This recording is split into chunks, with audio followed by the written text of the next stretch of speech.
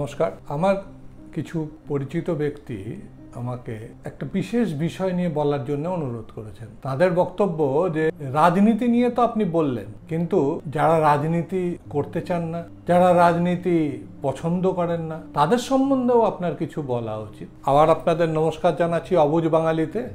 আজকে আমার বিষয় অরাজনৈতিক ব্যক্তি এবং অরাজনৈতিক সংগঠন নিয়ে। রাজনীতি নিয়ে অনেক কথা সবসময়ই হয়, কিন্তু অরাজনৈতিক ব্যাপারটা নিয়ে খুব কম আলোচনা হয়। কারণটা কি?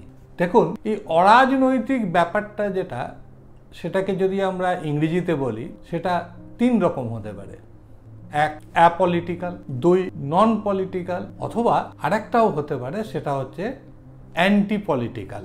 অ্যাপলিটিক্যাল এবং নন পলিটিক্যাল এই দুটো বিষয় কিন্তু খুব কাছাকাছি, সেভাবে এদেরকে ভাগ করাই যায় না। মোটামুটিভাবে আমরা ধরে নিই যে সেই সমস্ত ব্যক্তি যারা রাজনীতি বিষয়ে আলোচনা করা পছন্দ করেন না, যারা রাজনীতি বিষয়ে তাদের যে মতামত সেটা সবার সামনে প্রকাশ করতে দ্বিধাবোধ করেন, এবং যারা রাজনৈতিক দলগুলোর থেকে অনেক দূরে অবস্থান করেন। সোজা কথায় রাজনীতিতে এনারা উৎসাহহীন। কিন্তু এটাই কি সব? কিছু কিছু ব্যক্তি নন পলিটিক্যাল বা অ্যাপলিটিক্যাল, আপনি যাই বলুক না কেন, অরাজনৈতিক এই কারণে হন যে তিনি অরাজনৈতিক হতে বাধ্য হন। ধরুন, একজন বিচারক, তিনি যদি কোনো রাজনৈতিক দলের পক্ষে হন, সেটা কি ভালো হবে?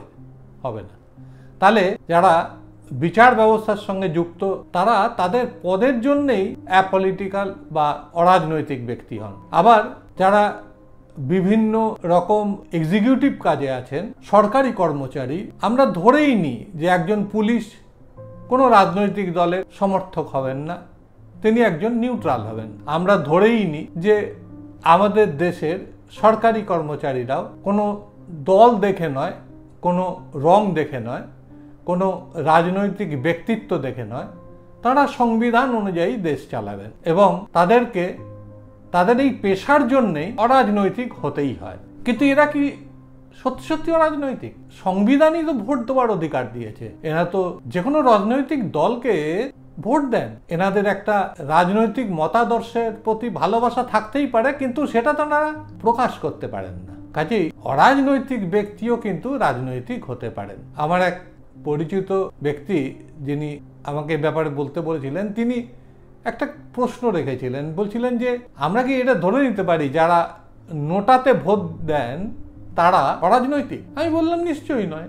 নোটাতে ভোট দেওয়ার অর্থ হচ্ছে যে যে সমস্ত ব্যক্তি সেই বিধানসভা বা লোকসভায় নির্বাচন ক্ষেত্রে যারা প্রতিদ্বন্দ্বিতা করছেন, আপনি তাদের মধ্যে, নান অফ দ্য অ্যাবাভ, আপনি তাদের মধ্যে কাউকে পছন্দ করেন না। ধরুন, ভারতবর্ষে আমরা সবাই জানি যে 6টি জাতীয় রাজনৈতিক দল আছে এবং 48টি বিভিন্ন রাজ্যের ক্ষেত্রে অনুমোদিত রাজনৈতিক দল আছে, নির্বাচন কমিশন দ্বারা অনুমোদিত। তো এই সমস্ত রাজনৈতিক দলই তো, সমস্ত রাজনৈতিক দলগুলি যদিও বিভিন্ন নির্বাচনে অংশগ্রহণ করতে পারেন, কিন্তু এটা তো সম্ভব নয় যে তারা সবাই সমস্ত বিধানসভা বা লোকসভা কেন্দ্রে তাদের প্রার্থী দেবেন। এটা হয় না। কাজেই ধরুন, আমি একজন এমন ব্যক্তি যিনি একটি রাজনৈতিক দলকে আমি সমর্থন করি, কিন্তু সেই রাজনৈতিক দলের কোনো ব্যক্তি বিধানসভা বা লোকসভা যেখানকার আমি ভোটার, তাতে প্রতিদ্বন্দ্বিতা করছেন না, এবং যারা প্রতিদ্বন্দ্বিতা করছেন তাদের কাউকে আমার পছন্দ নয়। কাজে আমি নোটাতে ভোট দিলাম। কাজেই আমাকে কিন্তু আপনি অরাজনৈতিক বলতে পারবেন না। আমি একটা বিশেষ মতাদর্শে বিশ্বাস করতেই পারি, আমি একটা বিশেষ রাজনৈতিক দলকে সমর্থন করতেই পারি, কিন্তু তারা না থাকাতে আমি নোটায় ভোট দিতেই পারি। এবার আমরা আরেকটা জিনিস সাধারণভাবে দেখে নিই, সেটা হচ্ছে যে অ্যান্টি পলিটিক্স। অ্যান্টি পলিটিক্যাল যে আমরা ধরে নিই, এর ভেতরে এই অ্যান্টি পলিটিক্যাল কারা? অ্যান্টি পলিটিক্যাল অর্গানাইজেশন বলতে ভারতবর্ষে আমরা সেভাবে অ্যান্টি পলিটিক্যাল অর্গানাইজেশন না পেলেও অনেকে বলে থাকেন, মতভেদ আছে যে এই যে ইন্ডিয়া এগেনস্ট কারাপশন, এই যে মুভমেন্টটা, এটা কিন্তু অ্যান্টি পলিটিক্যাল। কিংবা আরেকটা এনজিও আছে কমন কজ, এটাও অ্যান্টি পলিটিক্যাল। মোটামুটি ভাবে পৃথিবীতে অ্যান্টি পলিটিক্যাল অর্গানাইজেশন বলে যার সম্বন্ধে কোনো রকম দ্বিধাদ্বন্দ্ব নেই, সেটা হচ্ছে যে অল্টারনেটিভ ফর জার্মানি, এটা একটা অর্গানাইজেশন জার্মানিতে আছে এবং এরা কিন্তু অ্যান্টি পলিটিক্যাল। আমরা বিভিন্ন যে অ্যাপলিটিক্যাল কিংবা নন পলিটিক্যাল অর্গানাইজেশনের কথা বলছিলাম, তো সবচেয়ে বড় অ্যাপলিটিক্যাল অর্গানাইজেশন বলতে গেলে অরাজনৈতিক যে সংগঠনটি গোটা পৃথিবী জুড়েই অবস্থান করছে সেটা হচ্ছে ইন্টারন্যাশনাল হিউম্যান রাইটস কমিশন। এরা কোনো রাজনৈতিক মতাদর্শে বা কোনো রাজনীতির কাছে এনারা মাথা নত আজ অবধি করেননি এবং ঠিকমতো কাজকর্ম করেন। এছাড়াও সবচাইতে আমাদের কাছে যে কোশ্চেনটা উঠে আসে যে এই মুহূর্তে আন্তর্জাতিক স্তরে আমরা বিশ্বাস করি যে ইউএনও একটা অরাজনৈতিক সংগঠন, কিন্তু অনেকেই এর বিরোধিতা করেন এবং এই বিরোধিতা করার কারণ হচ্ছে যে ইউএনওর সবচেয়ে শক্তিশালী যে পার্ট সেটা হচ্ছে ইউএন সিকিউরিটি কাউন্সিল। এই ইউএন সিকিউরিটি কাউন্সিলই মোটামুটি সবচাইতে বেশি আমাদের সঙ্গে বা সমস্ত রাজনৈতিক যে পরিস্থিতি সেই পরিস্থিতির উপরে নজর রাখেন যে কোনো দেশের। ইউএন সিকিউরিটি কাউন্সিলে একটা অদ্ভুত নিয়ম আছে, 5টা দেশ আছে এশিয়া থেকে যার সদস্য হচ্ছে চায়না, এছাড়া ইউনাইটেড স্টেটস অফ আমেরিকা, আর বাকি যে তিনটে ইউরোপ থেকে ইউনাইটেড কিংডম, ফ্রান্স এবং রাশিয়া। তো Russia, China, America, France, Britain এনারা চাইলেই ইউএন কাউন্সিলের যে কোনো তাদের যে রেজলিউশন তাতে ভেটো প্রয়োগ করতে পারেন। তো তাই যদি পারেন তাহলে আর এটা কিভাবে আমরা এটাকে অরাজনৈতিক বলতে পারি?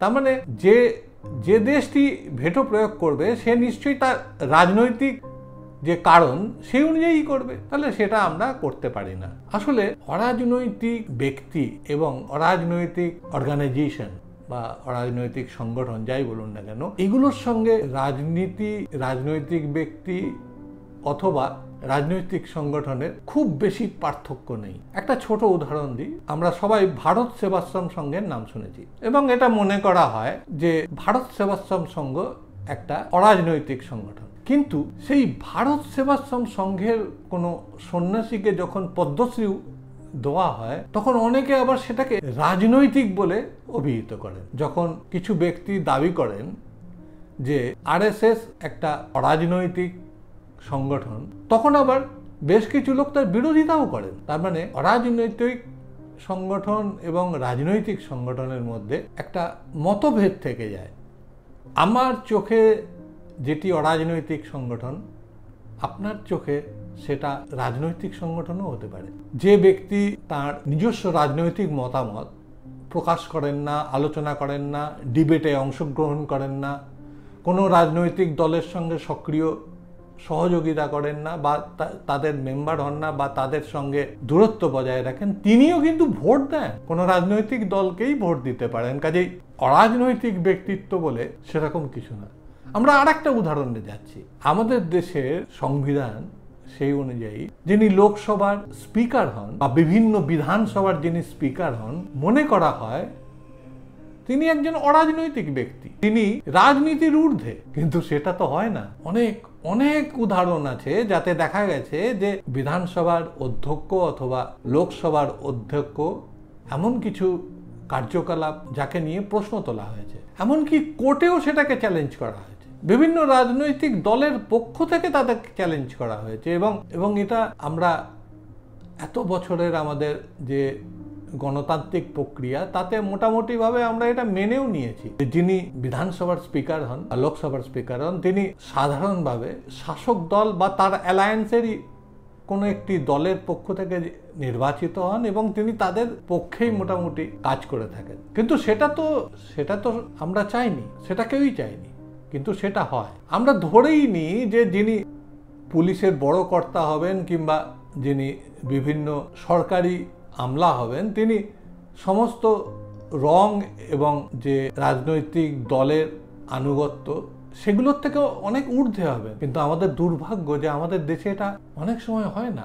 আমরা সবাই প্রায় একটা অরাজনৈতিক আন্দোলন কিছুদিন আগে দেখলাম। বেশ কিছু ডাক্তারবাবু, একজন শিক্ষার্থী ডাক্তার, মহিলা ডাক্তার অথবা শিক্ষার্থীকে যেরকম নিষ্ঠুরভাবে হত্যা করা হয়েছে, তাকে ধর্ষণ করা হয়েছে, তার বিরুদ্ধে আন্দোলন চালালেন। এটা একটা অরাজনৈতিক আন্দোলন বলে তারা দাবি করলেন। অথচ কিছু ব্যক্তি এবং রাজনৈতিক দল এর পিছনেও অন্য রাজনৈতিক দলের কিছু ব্যক্তির প্ররোচনা বা সহযোগিতার কথা তুলে আনলেন। অর্থাৎ তারা মানলেন না এটা কোনো অরাজনৈতিক আন্দোলন ছিল। সত্যি কথা বলতে কি, আমরা ছোটবেলায় যে কথাটা পড়েছিলাম না, সোনার পাথর বাটি, যা হয় না, হয় সোনার বাটি হবে নয় পাথর বাটি হবে। তো সেই সোনার পাথর বাটিটা আমাদের একটা অলীক কল্পনা। সেই অলীক কল্পনায় আমরা দেখছি যে রাজনীতি, অরাজনীতি, রাজনৈতিক দল এবং অরাজনৈতিক সংগঠন এগুলো ভাগ ভাগ করলেও দেখা যায় কোথাও না কোথাও গিয়ে একসময় মিলে যায়। রাজনীতিকে আপনি কখনোই এড়িয়ে যেতে পারবেন না। হতে পারে রাজনীতিতে আপনার উৎসাহ নেই, হতে পারে আপনি সক্রিয় রাজনীতি করা পছন্দ করেন না, কিন্তু তাও রাজনীতি আপনার সঙ্গে থাকবে এবং একটা গণতান্ত্রিক দেশে রাজনীতি থাকা ভালো। এটা অবশ্যই আমার মতামত। আপনাদের কি মতামত সেটা জানাবেন এবং লিখে পাঠাবেন যে এরপরে আপনারা কি ধরনের বক্তব্য শুনতে চান বা কি ধরনের আলোচনা আপনাদের সঙ্গে আমি করব। কমেন্ট করবেন। আপনাদের কমেন্টের অপেক্ষায় থাকলাম। অনেক অনেক ধন্যবাদ আমার সঙ্গে থাকার জন্যে। প্লিজ অবুঝ বাঙালি এই চ্যানেলটিকে সাবস্ক্রাইব করবেন। নমস্কার।